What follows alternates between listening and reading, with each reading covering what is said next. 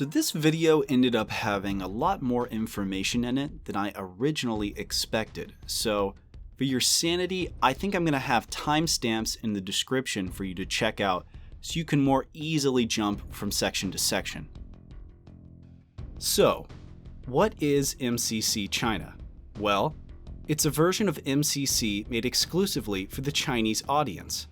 This special Chinese SKU of the game was region locked to Chinese consoles until early 2020, when a workaround was discovered by a True Achievements user that allowed the game to be playable on universal Xbox One hardware.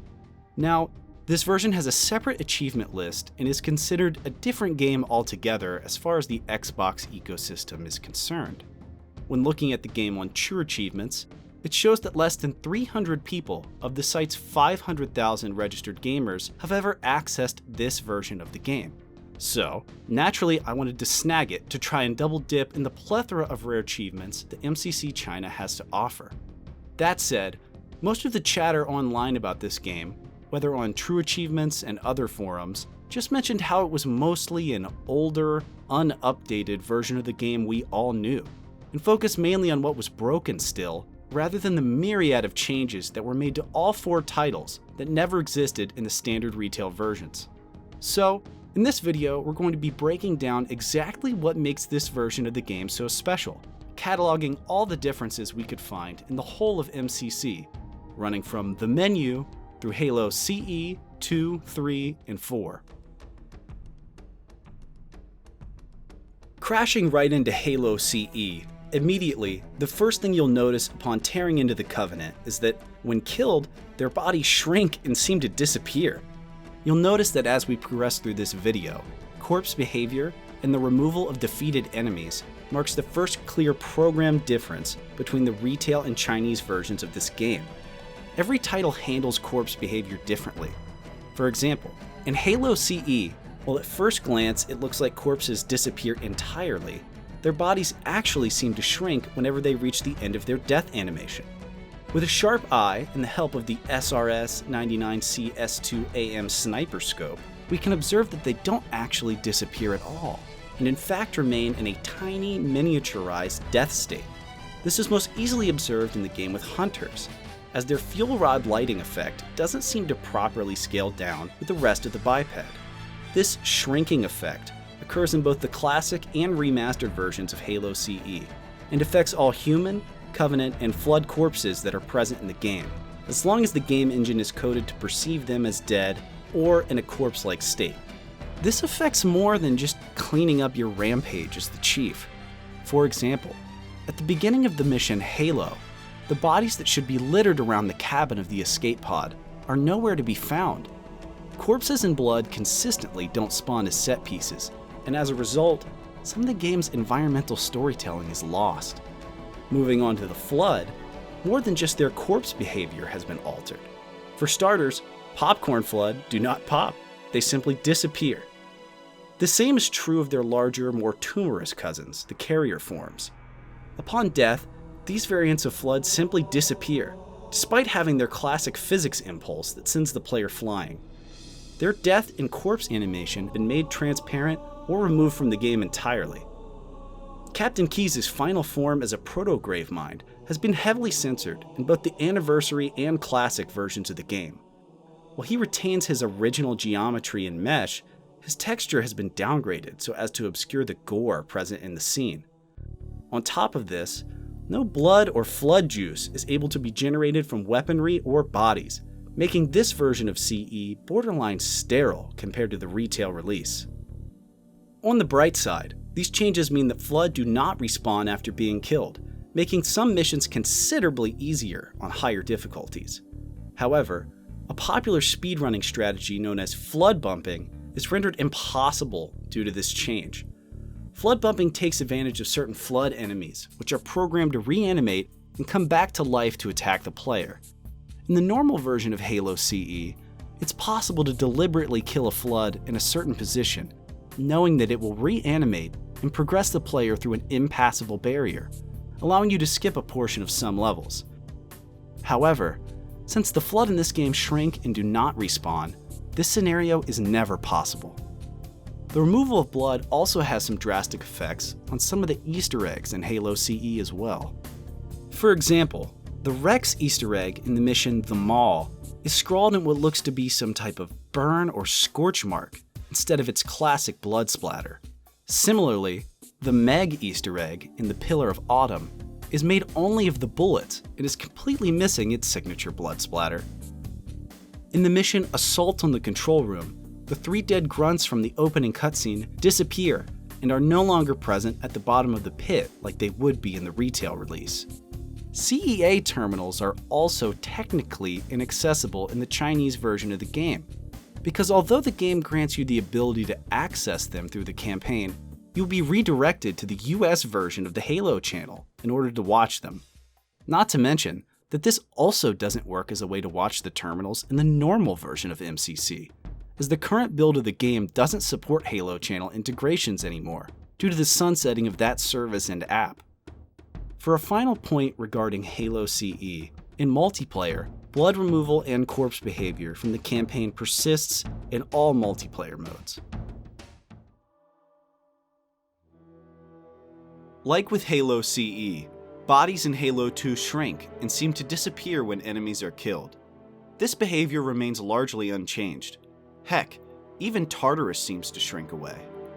However, Halo 2 introduces a new mechanic where Flood can infect bodies on the ground. Rather than ignore this behavior since those bodies technically never appear, bodies that are scripted to be infected by the Flood simply pop up. This is because the bodies technically exist, they are just too small to see. As soon as the game changes their state from corpse to actor, they are returned to normal size, seemingly springing into existence. This is best illustrated in the mission The Oracle, right after the encounter with the Heretic Leader's Holodrone. Moving on to another major change regarding the Flood is the complete alteration of the encounter with the Gravemind. The Gravemind is still clearly visible in the key art for this mission, yet the cutscene appears to be radically altered, with a complete view of the Gravemind we see starting the mission never visible in Anniversary mode. An entirely different version of this encounter was rendered by Blur specifically for alternate releases. In this updated version, the Gravemind is never shown in his full glory, leaving the audience blind to its horrifying display of tentacles, meat, and teeth. Switching to Classic mode reveals that the cutscene remains unedited in the original graphics. Similarly to Halo CE, some of Halo 2's Easter eggs have been affected by the changes mentioned as well. For example, the Rex Easter egg in Outskirts lacks its signature blood splatter. When viewing the Easter egg in both Classic and Anniversary, only the shotgun shells and energy sword are visible. I was unable to confirm if the Rex present on the mission The Great Journey has been altered, since it is difficult to see in the first place. However, since that Easter egg is also written in blood, it may have been removed from the game or replaced with a different texture, like the Rex Easter egg in Halo CE. Terminals in Halo 2 Anniversary work in a similar fashion to their CE counterparts, sending you off to the abandoned Halo channel application, meaning that their contents are lost to Chinese players. In Halo 2's Classic multiplayer, corpse behavior works the same as it does in the campaign. Contrary to what you would expect by observing its Classic version, the in-game multiplayer scorecard, loadout menu, and button prompts are fully in Chinese during Halo 2 Anniversary multiplayer sessions. Everything from map location zones to hill availability has been fully converted to a true Chinese experience. Following up on that, Forge also has a fully Chinese interface, making it the second mode completely accessible to Chinese users. Because Halo 2 Anniversary multiplayer was built using the Halo 4 engine, it has the same corpse behavior as that game, which means that the bodies of both elites and Spartans will start to disappear and fade after beginning their ragdoll animation. A couple of things to note about Halo 2's campaign. I don't know if it's just my luck or if I'm simply bad at the game, but I cannot seem to reliably trigger the God despawn on the mission Regret. Others seem to have an easier time than me, and that's fair, but personally I find the retail experience to be more reliable. That and online co-op straight up doesn't seem to work in this version of Halo 2. I could never even get a session started because the game would crash in the final stages of loading missions and synchronizing players. Halo 3 is the first of the later games in this collection to be coded with a different type of corpse behavior. Similarly to Halo 2 Anniversary multiplayer, bodies disappear and fade away once they begin their ragdoll animation, instead of shrinking. Notice that the moment Sergeant Johnson enters his ragdoll phase and drops the Spartan laser during the final mission of Halo 3, his body disappears. It's kind of funny considering he isn't actually dead yet, but the game has coded him to act like a corpse. Another interesting addition to this game's corpse behavior is the separation of ornaments or auxiliary body parts from the actual corpse.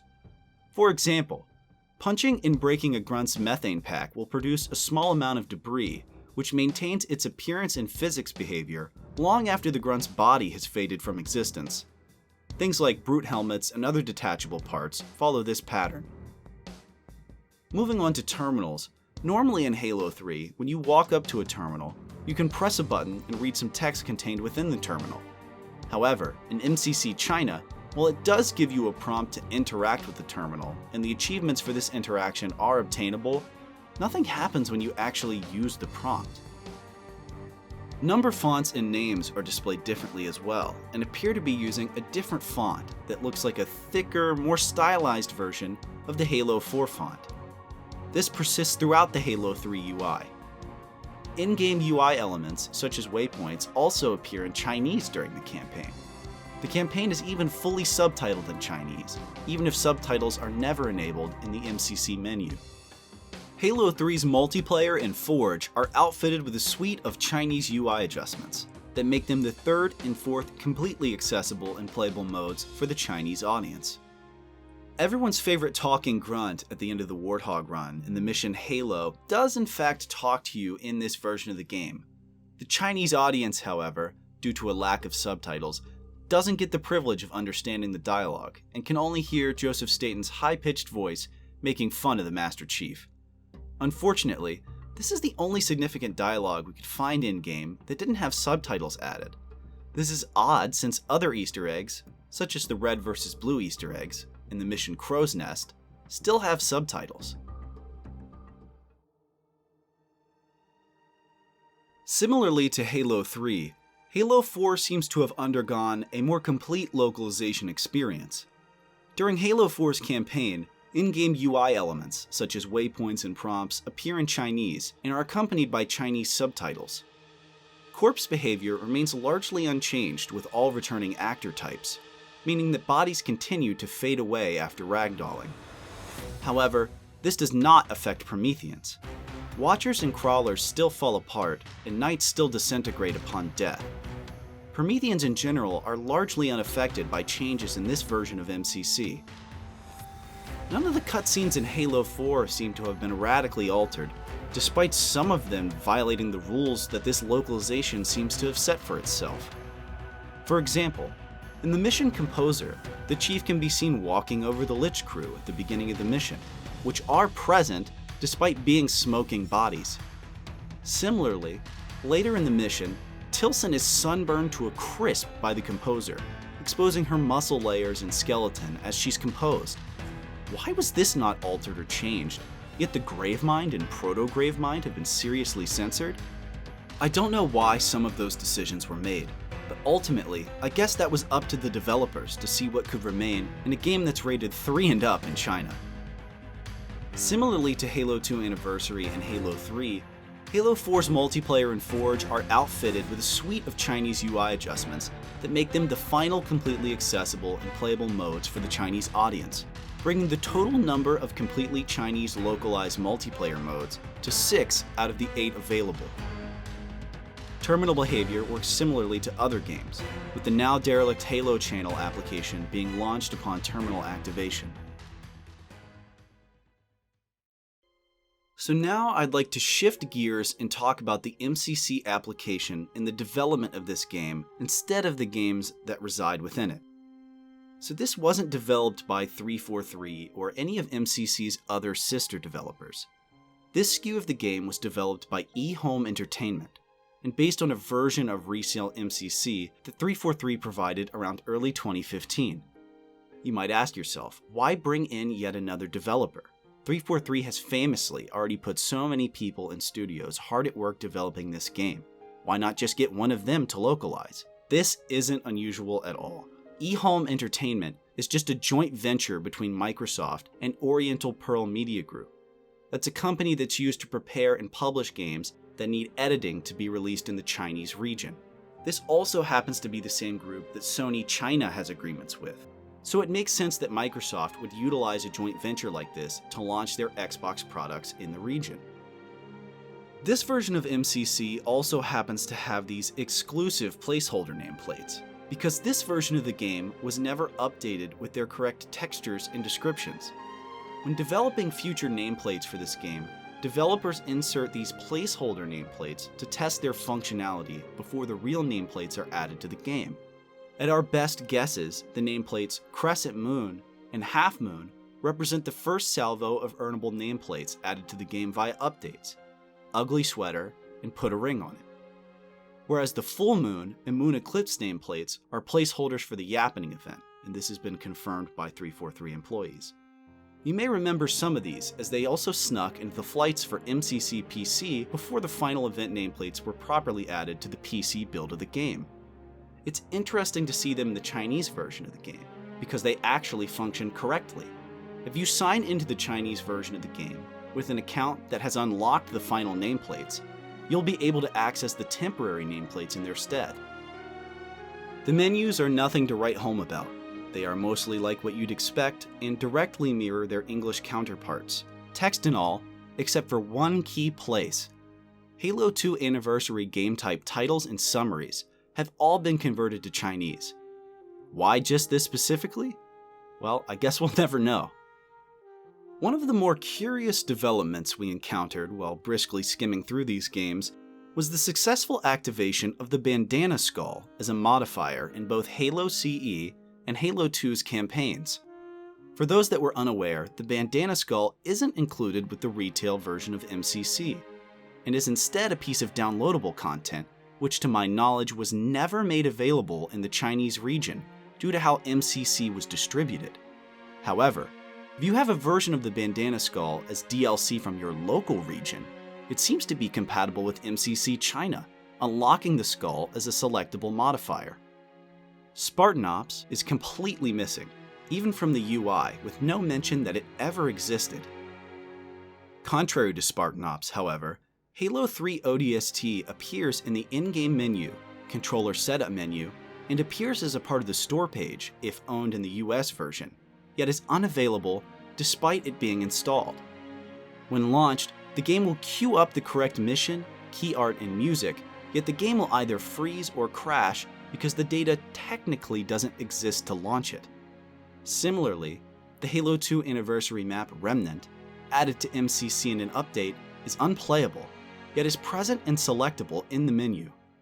Trying to launch a game session with this map selected results in an infinite loading screen, or a complete game crash.